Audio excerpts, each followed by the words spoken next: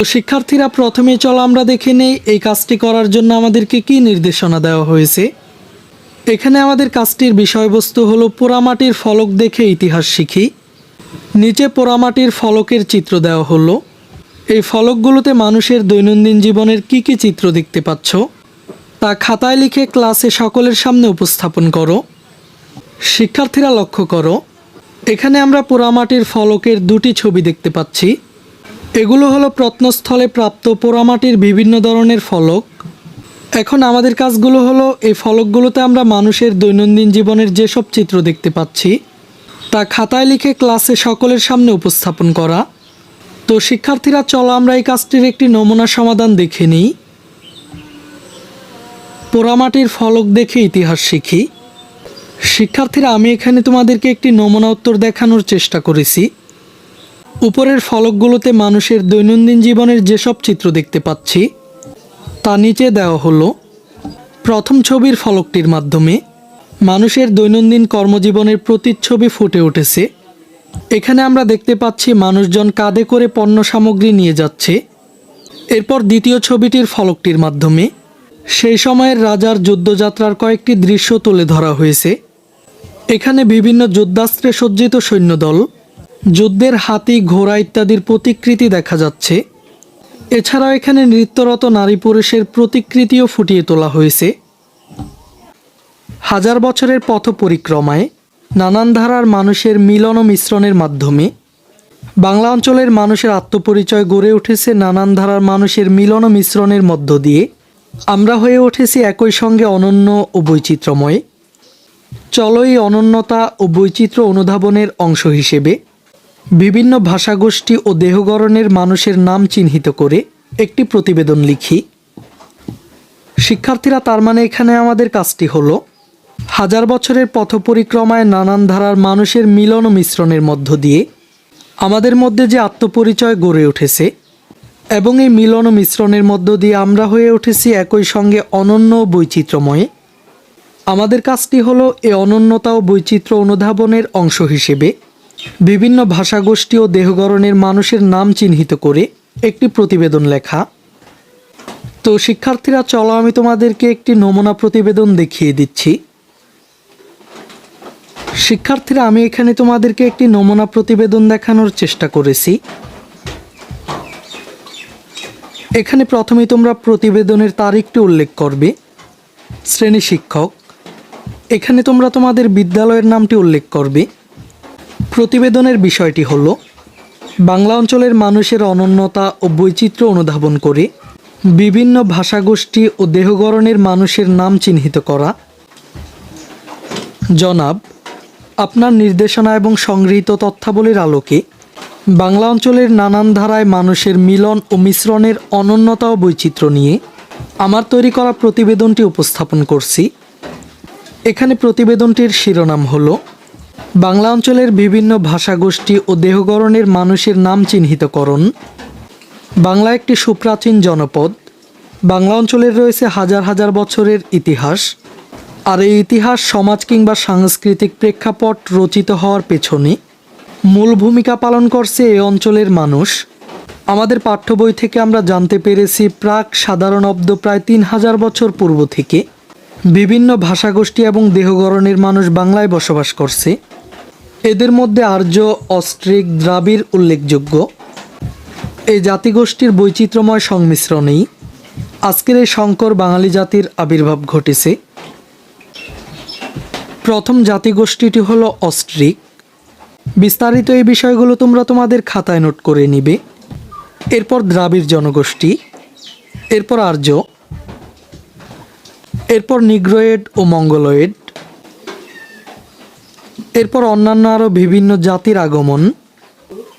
1300 সাল বা সাধারণ অব্দের শুরুর দিকেই বাংলা অঞ্চলের উত্তর পশ্চিম দিকে তুর্কি আফগানদের আগমন ঘটে। তারা বাংলার উত্তর পশ্চিম দিকের একটি অংশের নিয়ন্ত্রণ গ্রহণ করে।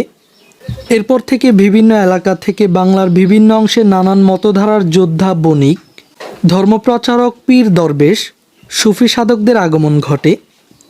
ত্রয়োদশ শতকের পর থেকে আরব, পারস্য, তুরস্ক, আফগানিস্তান, উজবেকিস্তান, তাজিকিস্তান থেকে যেসব মুসলমান বাংলায় এসে বসতি স্থাপন করেন তারা সেসব ভূখণ্ড থেকে নিয়ে আসেন নতুন কিছু সামাজিক বিশ্বাস, রীতিনীতি এবং সাংস্কৃতিক উপাদান।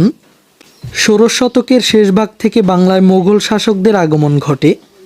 তারা বাংলার বিভিন্ন অংশে নিয়ন্ত্রণ প্রতিষ্ঠা করে এবং শতকের গোড়ার দিকেই তা বাংলা অঞ্চলের পূর্ব সীমান্ত পর্যন্ত বিস্তার লাভ করে। ১৫ শতকের শেষ ভাগে বাংলা অঞ্চলে ইউরোপীয় বণিকদের নতুন করে আগমন শুরু হয়। ১৮ শতকের মধ্যভাগে পর্তুগিজ, ওলন্দাজ, ফরাসি, ইংরেজ বণিকেরা আঞ্চলিক বাংলার ব্যবসা বাণিজ্যের প্রধান অংশগুলো নিয়ন্ত্রণ করতে শুরু করে। ১৭৫৭ সালে ইস্ট ইন্ডিয়া কোম্পানি বাংলার রাজনৈতিক ক্ষমতা অধিকার করে। বাংলা অঞ্চলের মানুষের সামাজিক এবং সাংস্কৃতিক জীবনে নতুন এক পরিবর্তন সূচিত হয়। পৃথিবীর বিভিন্ন অঞ্চল থেকে আর্যসহ উপরে উল্লেখিত বিভিন্ন ভাষাগোষ্ঠীর বিভিন্ন ধারা ও উপধারার মানুষ নানান পরিচয়, যেমন মৌর্য, কুষাণ, হুন, গুপ্ত, আরব, জবন, তুর্কি, আফগান, পারসিক, তাজিক, মোগল, ওলন্দাজ, ইংরেজ, ড্যানিশ, রাজপুত প্রভৃতি ধারণ করে বাংলার আঞ্চলিক ভূখণ্ডে প্রবেশ করেছে। অপেক্ষাকৃত আগে বসতি স্থাপনকারী জনধারার সঙ্গে মিশে গিয়ে একটি বৈচিত্র্যময় ও বহুমাত্রিক সমাজ সংস্কৃতির বিকাশ ঘটিয়েছে, যার নাম বাঙালি জাতি ও বাঙালি সংস্কৃতি।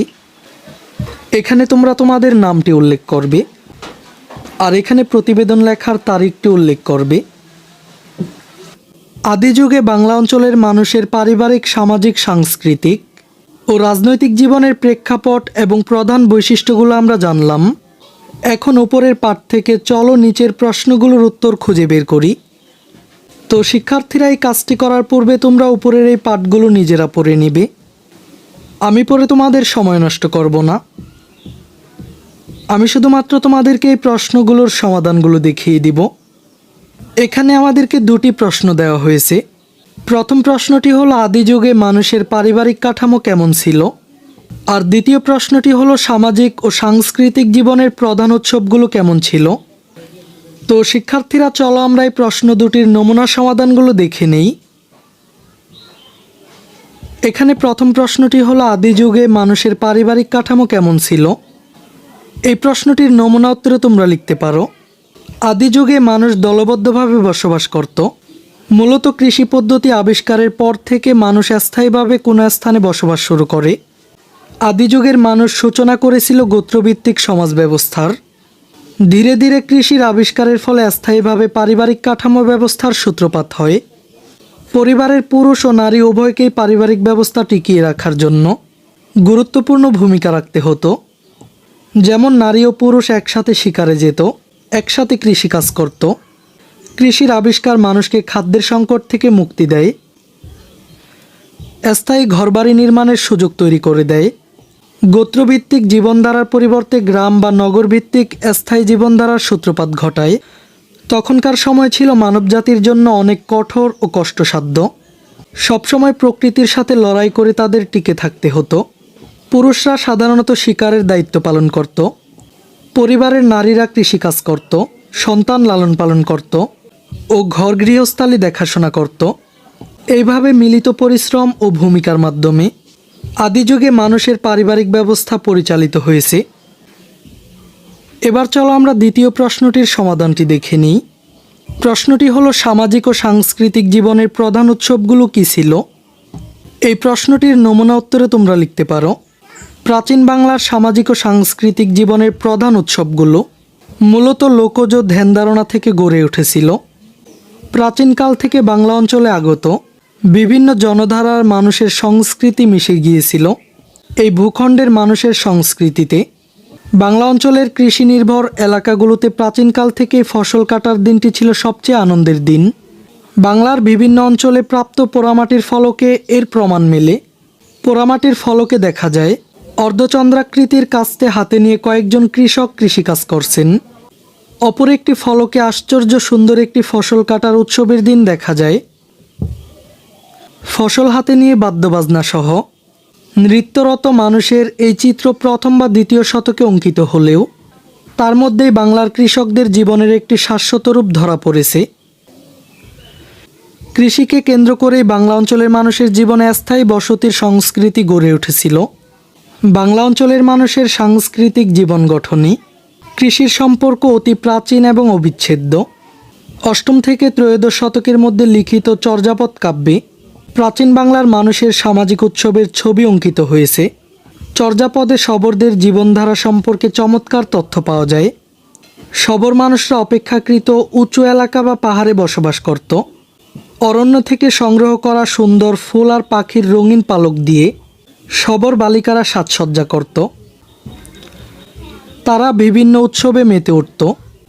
পাহাড়পুর বিহারে পোড়ামাটির যেসব ফলক পাওয়া গেছে, সেখানেও প্রাচীন বাংলার মানুষের নানান রকম উৎসব ও আনন্দের সুন্দর সব চিত্র আমরা দেখতে পাই। যেমন গায়ক ও গায়িকারা হাতে ডঙ্কা, বাঁশি, কাসর, করতাল বাজিয়ে গান গাইছে। সামাজিক বিভিন্ন আচার অনুষ্ঠানে কিংবা বিবাহ উৎসবে পুরুষেরা গান গাইত, মেয়েরা নৃত্য করত। প্রাচীন বাংলায় চৈত্র সংক্রান্তি, পৌষ সংক্রান্তি উৎসবগুলো উপলক্ষে নানা প্রকার গ্রাম্য মেলা, ব্রত, আচার পালন করা হতো। এই ক্লাসে এই পর্যন্তই। পরের ক্লাসে আমরা এই অধ্যায়টির পরবর্তী কাজগুলো নিয়ে আলোচনা করব। শিক্ষার্থীরা, এই ক্লাসটি তোমাদের কাছে কেমন লেগেছে তা আমাকে কমেন্ট করে জানিয়ে দাও। আর পরবর্তী সকল ক্লাসগুলো নিয়মিত পাওয়ার জন্য চ্যানেলটিকে এখনই সাবস্ক্রাইব করে রাখো। আচ্ছা, ঠিক আছে। Bye bye tata good bye गया।